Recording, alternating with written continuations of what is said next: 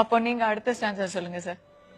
இல்ல, தமையா ஓ தமையா என் தகப்பனின் சாயல் நீ, அச்சகம்தான் ஒன்றுங்கே அர்த்தங்கள் வெவ்வேறு.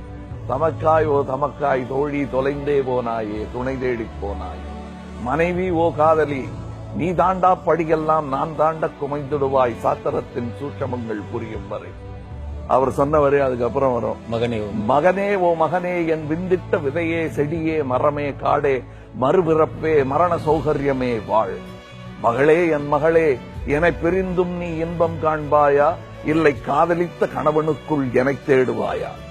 நண்பாவோ நண்பா நீ செய்த நட்பெல்லாம் நான் செய்த அன்பின் பலன், இவ்விடமும் அவ்விதமே.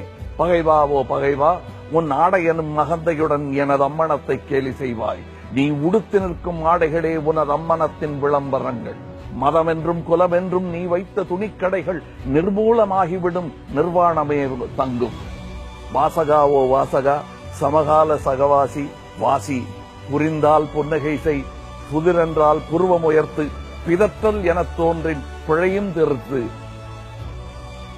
ஆம், எனது கவி உனதும் தான், நாளை உன் வரியில் நான் தெரிவேன்.